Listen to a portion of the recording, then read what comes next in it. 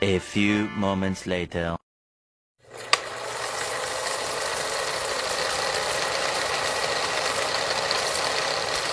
Assalamualaikum warahmatullahi wabarakatuh. Saya Dea Putrananda Mahela dengan NIM 0305221023 ingin menjelaskan tentang pengembangan profesionalitas guru. Kemampuan, kompetensi, dan karakteristik guru yang profesional. Karakteristik guru yang profesional berdasarkan buku karya Sudirman ada 3. Yang pertama, capable. Yang capable itu artinya guru memiliki tingkat pengetahuan, keahlian untuk meningkatkan mutu pendidikan, serta berkemampuan untuk mengubahnya menjadi sesuatu yang menguntungkan, baik untuk guru itu sendiri maupun untuk anak muridnya.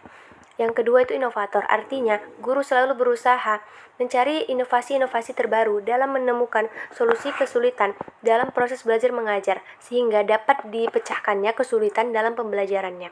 Yang ketiga itu developer, artinya bahwa guru yang profesional senantiasa berusaha untuk mengembangkan dirinya sendiri dan juga mengembangkan berbagai model pembelajaran, sehingga mampu untuk meningkatkan motivasi siswanya. Dianto memberikan 10 rumusan tentang kompetensi dasar yang harus dimiliki guru.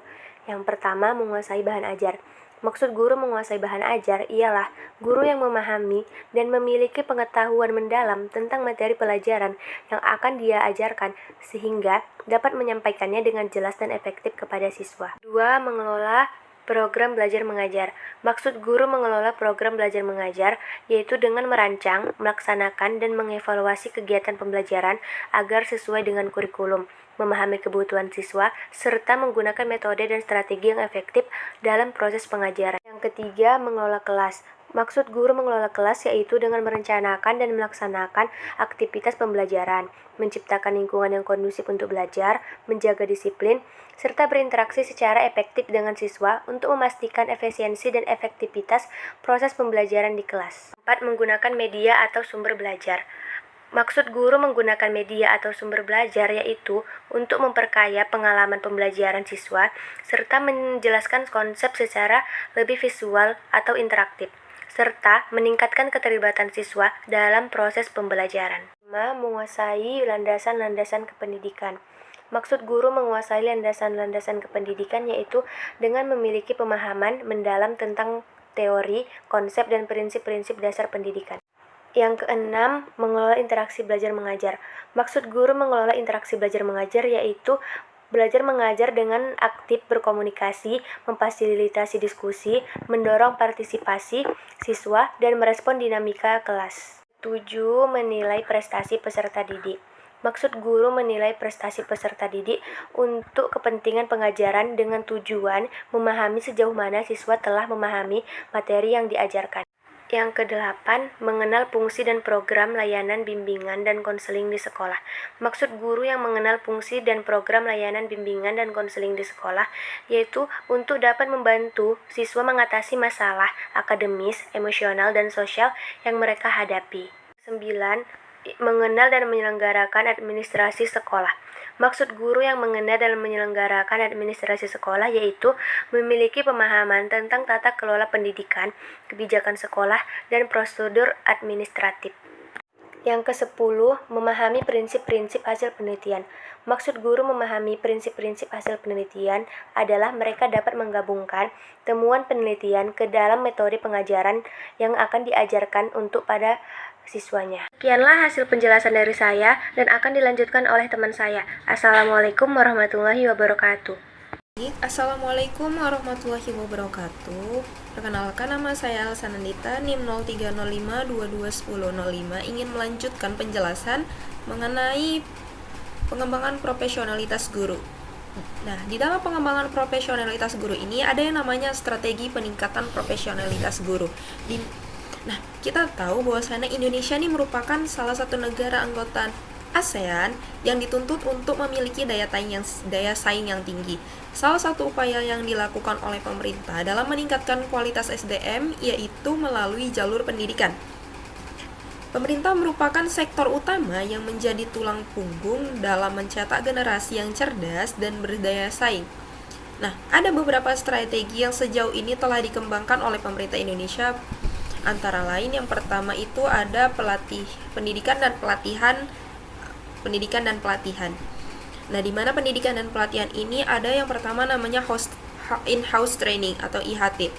Nah, pelatihan dalam bentuk IHT ini adalah pelatihan yang dilaksanakan secara internal di KKG atau di MGMP, sekolah atau tempat lain yang ditetapkan untuk menyelenggarakan pelatihan. Nah, strategi pembinaan melalui IHT dilakukan berdasarkan pemikiran bahwa sebagian kemampuan dalam meningkatkan kompetensi dan karir guru tidak harus dilakukan secara eksternal, tetapi dapat dilakukan oleh guru yang memiliki kompetensi kepada guru lain yang belum memiliki kompetensi. Nah, dengan strategi ini diharapkan dapat lebih menghemat waktu dan biaya. Nah, yang kedua itu ada program magang. Program magang ini merupakan pelatihan yang dilaksanakan di institusi ataupun industri yang relevan dalam rangka meningkatkan kompetensi profesionalitas guru. Yang ketiga ada kemitraan sekolah. Nah, pelatihan kemitraan sekolah dapat dilaksanakan bekerja sama dengan institusi pemerintah atau swasta dalam keahlian tertentu. Nah, pelaksanaannya ini dapat dilakukan di sekolah atau di tempat mitra sekolah atau yang berhubungan dengan kemitraan sekolah, di mana pembinaan melalui mitra sekolah ini diperlukan dengan alasan bahwa beberapa keunikan atau kelebihan yang dimiliki dapat dimanfaatkan oleh guru yang mengikuti pelatihan untuk meningkatkan kompetensi profesionalitasnya. Sedangkan yang keempat itu ada belajar jarak jauh. Nah, pelatihan melalui belajar jarak jauh juga dapat dilaksanakan tanpa menghadiri instruktur dan peserta pelatihan dalam satu tempat tertentu, melainkan dengan sistem pelatihan melalui internet atau sejenisnya. Jadi kita tidak perlu datang jauh-jauh karena bisa diterapkan belajar jarak jauh gitu. Oke, pembinaan jarak jauh ini dilakukan dengan mempertimbangkan bahwa tidak semua guru, terutama di daerah terpencil, dapat mengikuti pelatihan di tempat-tempat pembinaan yang ditunjuk seperti ibu kota atau kabupaten dan provinsi gitu. Oke, yang kedua ada kegiatan selain pendidikan dan pelatihan. Di sini ada diskusi masalah pendidikan. Nah, diskusi ini diselenggarakan secara berkala dengan topik sesuai dengan masalah yang dialami di sekolah. Melalui diskusi berkala ini, diharapkan para guru ini dapat memecahkan masalah yang dihadapi berkaitan dengan proses pembelajaran di sekolah ataupun masalah peningkatan kompetensi dan pengembangan lainnya. Yang keduanya itu ada seminar. Pengikutsertaan guru di dalam kegiatan seminar dan pembinaan publikasi ilmiah juga dapat menjadi model pembinaan berkelanjutan. Profesi guru melalui kegiatan ini, profesi guru akan membuka peluang kepada guru untuk berinteraksi secara ilmiah dengan kolega seprofesinya yang berkaitan dengan hal-hal terkini dalam upaya peningkatan kualitas pendidikan tersebut.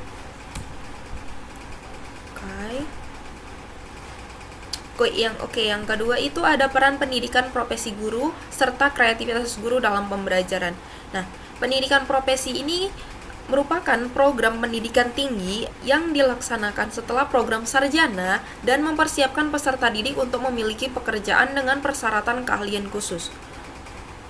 Program pendidikan profesi guru sendiri ini merupakan program pendidikan yang diselenggarakan untuk mempersiapkan lulusan S1 kependidikan dan S1 atau D4 non-kependidikan yang memiliki bakat dan minat menjadi guru agar menguasai kompetensi guru secara utuh sesuai dengan standar nasional pendidikan sehingga dapat memperoleh sertifikat pendidik profesional pada pendidikan anak usia dini, pendidikan dasar, atau pendidikan menengah. Nah, pendidikan profesi ini berperan untuk mempersiapkan peserta didik untuk memiliki pekerjaan dengan persyaratan keahlian khusus. Nah, PPK ini juga berperan agar guru menguasai kompetensi guru secara utuh sesuai dengan standar nasional pendidikan sehingga dapat memperoleh sertifikat pendidik profesional pada pendidikan.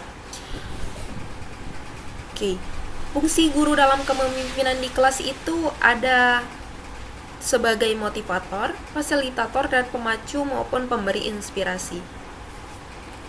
Pengembangan profesi, kompetensi, dan sertifikasi merupakan mata rantai dalam upaya peningkatan kualitas guru sudah diamanatkan dalam Undang-Undang Nomor 14 Tahun 2005 yang menyatakan bahwa lulusan PPG diharapkan mampu menghadapi MEA 2015. di mana kemampuannya harus menguasai materi pembelajaran secara luas dan mendalam yang memungkinkan membimbing peserta mencapai standar kompetensi. Yang kedua, menguasai ilmu pendidikan, perkembangan, dan membimbing peserta didik. Yang ketiga itu menguasai pembelajaran bidang studi seperti belajar dan pengajaran, evaluasi pembelajaran, perencanaan pembelajaran, mata pembelajaran, penelitian bagi peningkatan pembelajaran bidang studi, dan lain sebagainya. Nah, yang keempat itu dia harus mampu melaksanakan praktek pembelajaran bidang studi yang diampuhnya. Yang kelima, memiliki integritas kepribadian yang meliputi aspek fisik motorik, intelektual, sosial, kognitif, dan afektif. Yang keenam, kompetensi sosial merupakan kompetensi dalam menjalin hubungan sosial secara langsung maupun menggunakan media di sekolah dan luar sekolah. Artinya, guru harus memaksimalkan kemampuan dalam menjalin hubungan sosial secara langsung, baik itu menggunakan media ataupun secara langsung, baik di dalam dan di luar sekolah. Oke. Kreativitas guru dalam pembelajaran ini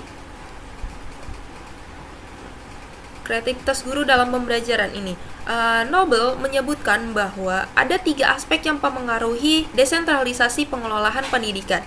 Yang pertama itu kehadiran guru, yang kedua itu kepercayaan, dan yang ketiga itu kepuasan guru dalam mengajar. Nah, ketiga aspek itu merupakan aspek penting dalam pembelajaran di kelas. Mengapa demikian? Karena hal itu merupakan isu yang penting, karena guru sebenarnya merupakan orang nomor 1 dan merupakan otoritas penuh dalam menentukan proses pembelajaran di kelas. Kalau guru yang sebagai otoritas penuh tidak bisa mengatur bagaimana jalannya kelas, otomatis kreativitas guru tersebut dalam pembelajaran bisa dipertanyakan. Untuk itu, guru dikatakan sebagai kunci keberhasilan peningkatan mutu pembelajaran di kelas. Oke, di sini ada 4 fungsi guru dalam kepemimpinan di kelas, yaitu sebagai motivator, fasilitator, pemacu, maupun pemberi inspirasi. Sebagai motivator karena fungsi guru sebagai manajer kelas. Nah, dalam fungsi guru sebagai manajer kelas ini, ia harus mampu mempromosikan fasilitas belajar bagi siswanya. Dalam fungsi ini tersirat bahwa fungsi guru sebagai promotor pembelajaran, artinya guru itu harus mampu memotivasi siswa dalam belajar dan mengubah sikap siswa yang kurang termotivasi atau tidak mau belajar menjadi mau belajar. Oke. Demikian penjelasan dari saya. Lebih dan kurangnya saya mohon maaf. Assalamualaikum warahmatullahi wabarakatuh.